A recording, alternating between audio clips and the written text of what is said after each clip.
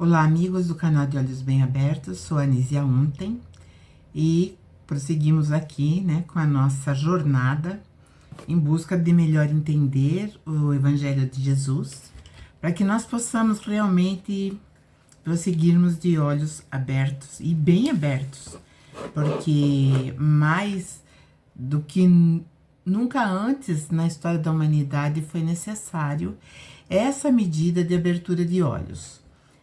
Quando eu resolvi colocar esse nome de Olhos Bem Abertos, era justamente para avivar as pessoas, aguçar nas pessoas a curiosidade daquilo que está por trás do véu. E o que está atrás do véu, eu digo com certeza para vocês, é muito mais envolvente, é muito maior do que nós possamos aquilatar. E então é essa a maneira que eu encontrei de atingir as pessoas, aquelas pessoas que realmente querem prosseguir a sua caminhada na diretriz de Jesus e aquelas que querem sair exatamente da ilusão de que a gente vem sendo tomado, né, por tantos anos, uma ilusão muitas vezes que nós trazemos até de encarnações passadas e vamos cada vez mais cristalizando valores que não condizem com a realidade daquilo que Jesus nos traz na sua essência.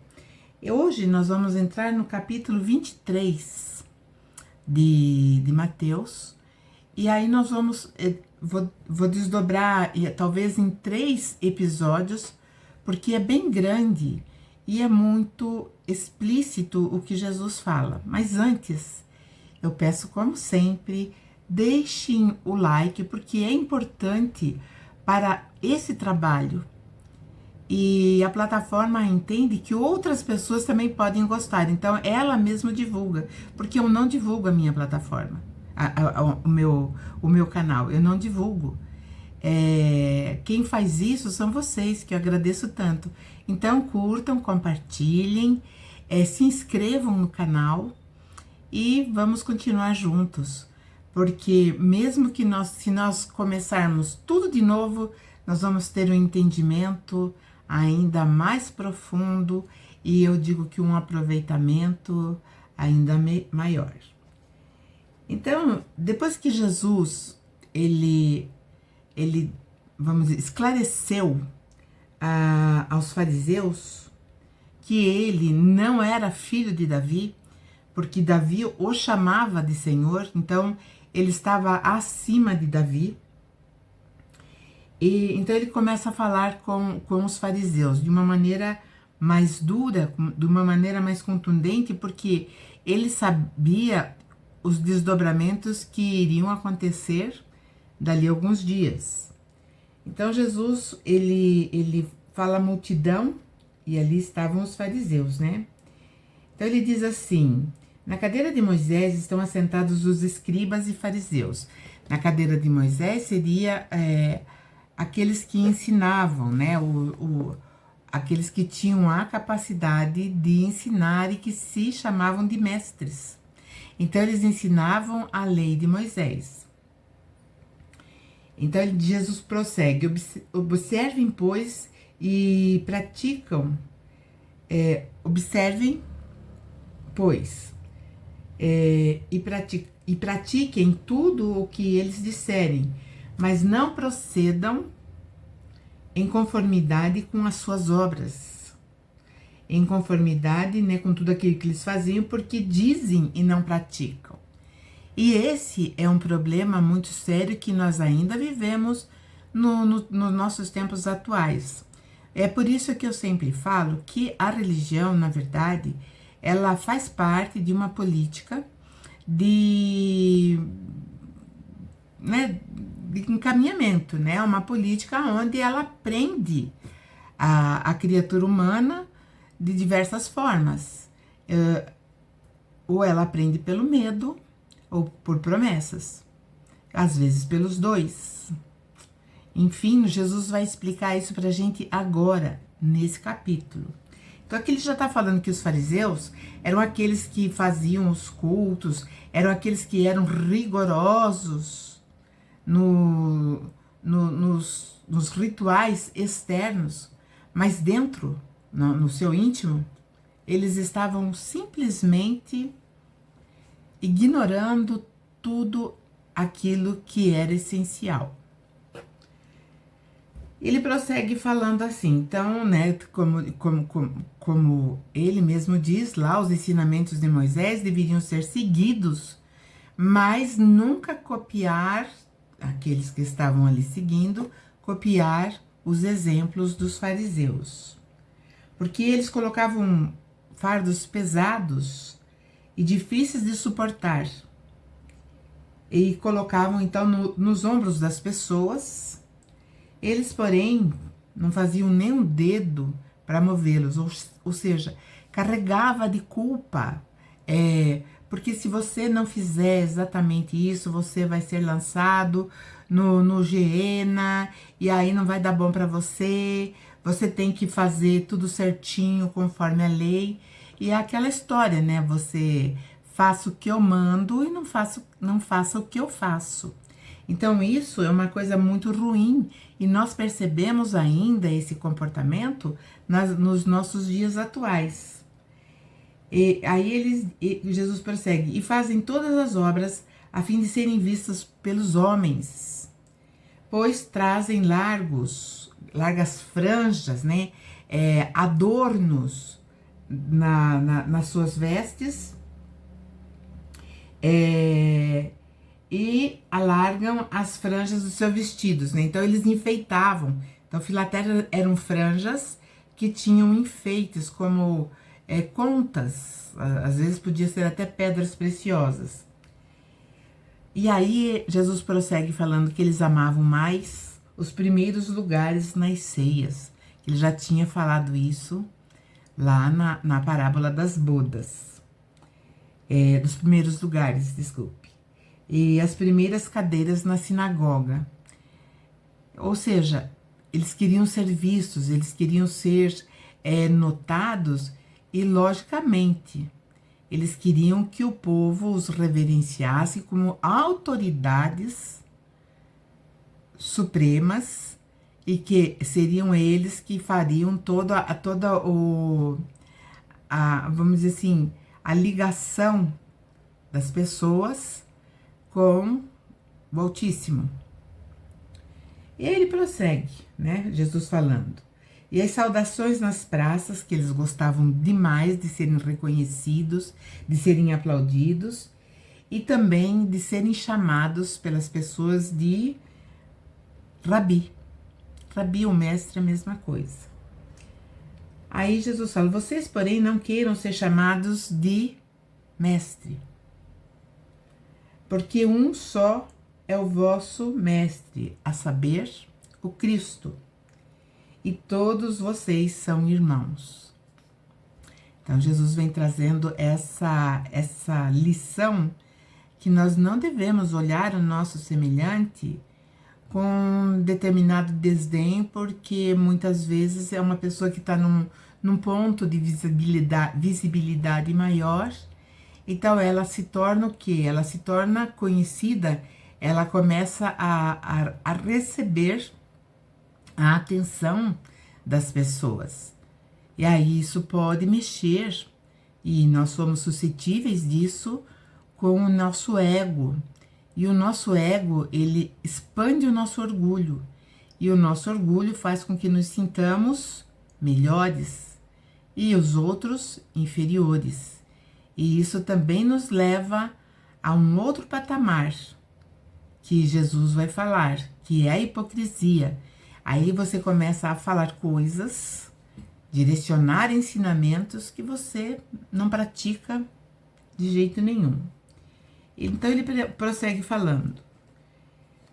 E ninguém na terra, aqui na terra, então ele está falando agora para as pessoas e os fariseus ouvindo.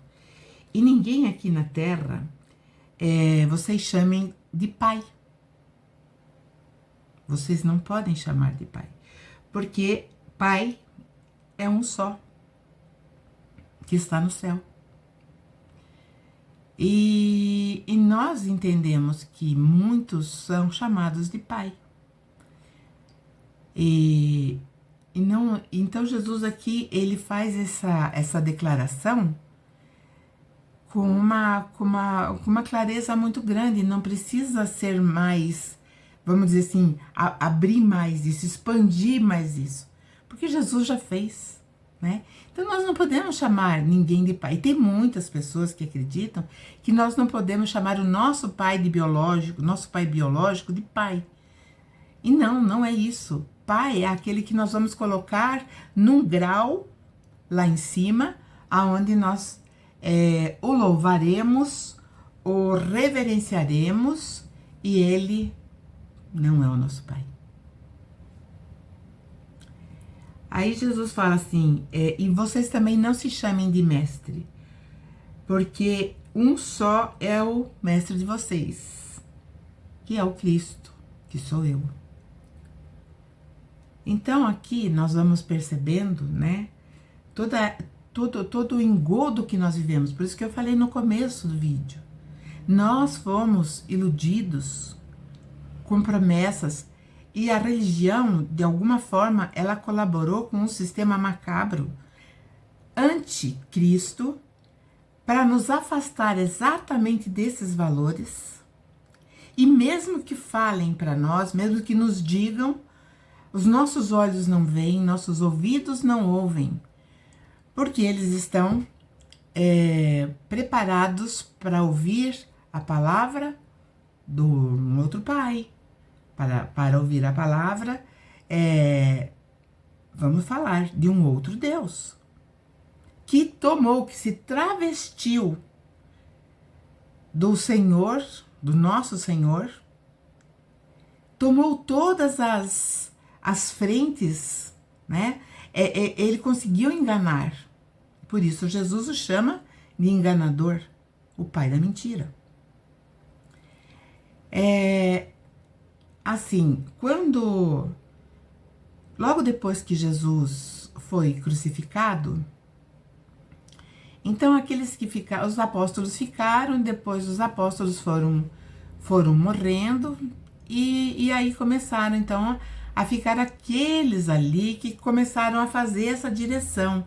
Já tinha também toda a divulgação de Paulo de Tarso. Então, esses que começaram a fazer essa divulgação, eles queriam manter a originalidade dos ensinamentos de Jesus.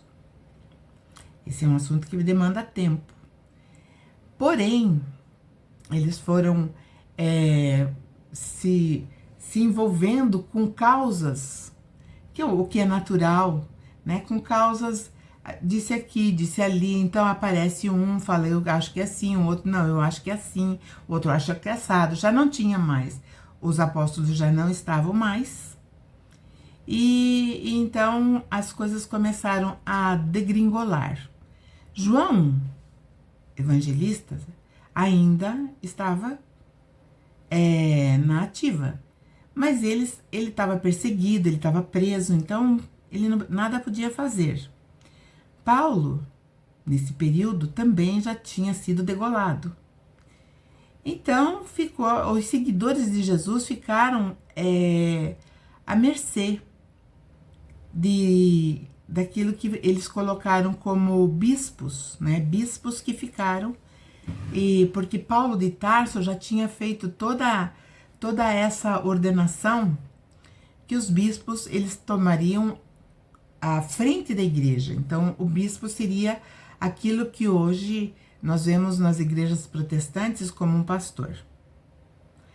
E aí teriam abaixo dos bispos estariam os presbíteros, que fariam, né, aquilo que uma hora o bispo não pudesse fazer, mas trabalhariam junto com a comunidade ali da igreja, E abaixo deles tinham os diáconos, que eram servidores, que também trabalhavam na organização, na acolhida dos crentes e tudo mais. Quando eu digo crente, eu não estou falando aquilo que foi convencionado chamar evangélico, porque evangélico todos somos, não é?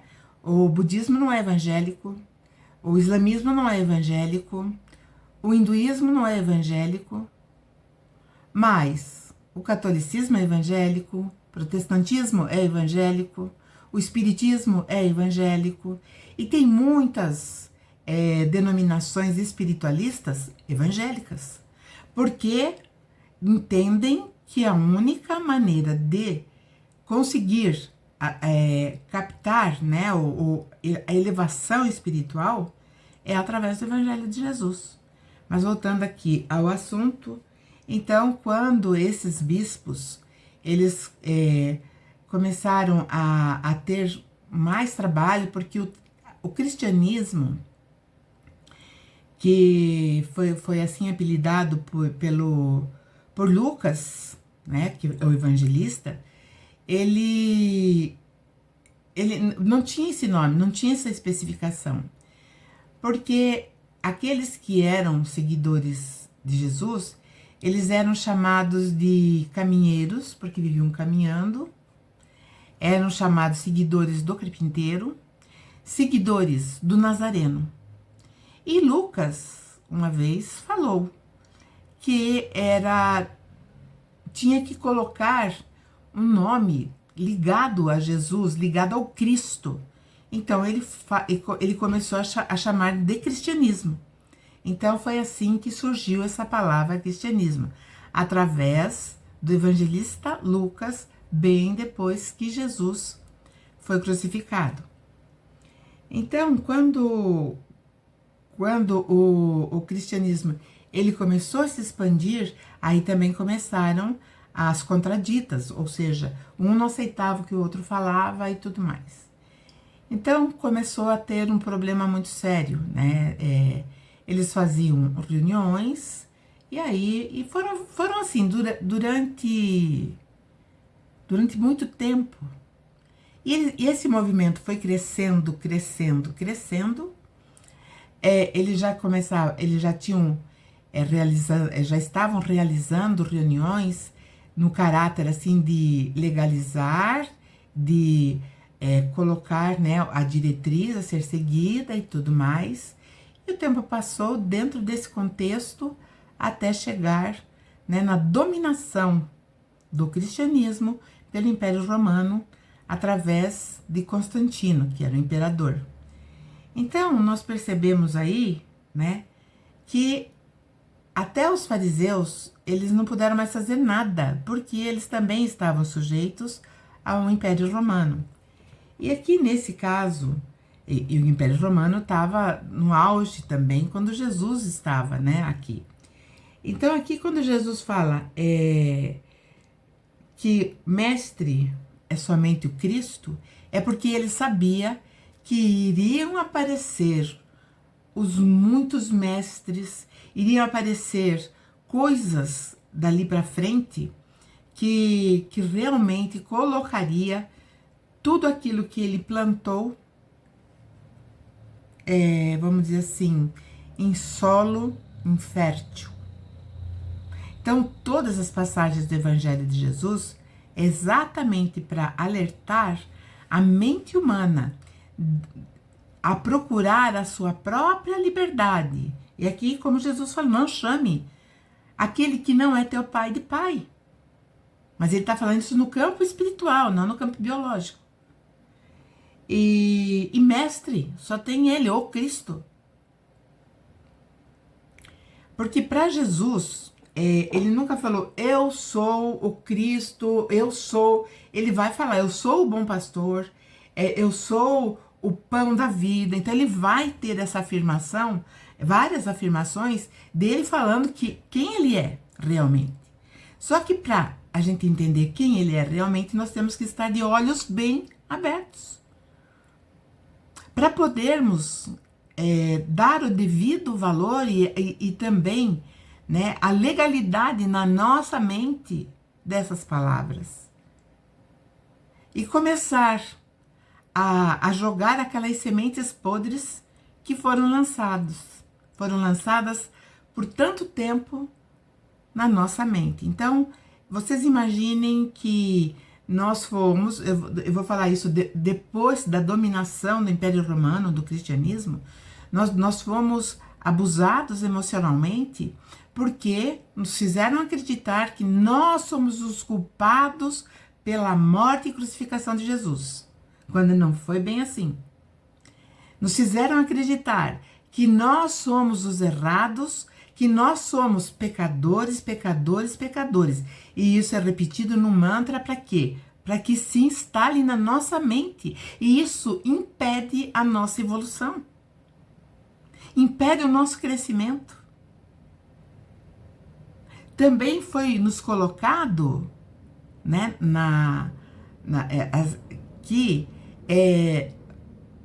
lógico, nós temos sim que ter critérios, mas Jesus vem colocar dentro dos seus ensinamentos a verdadeira justiça, a retidão, a ética, moral. E é por isso que ele diz: eu sou o caminho, a verdade e a vida. E ninguém vai ao Pai senão por mim. Nós jamais encontraremos o nosso lugar de filhos do Criador se nós não entendermos as palavras do Mestre Jesus. E continuaremos então essas advertências e esses esclarecimentos que Jesus nos faz no próximo episódio. Eu vejo vocês na próxima semana. Um beijo a todos e desejo uma semana muito produtiva e feliz. Até lá!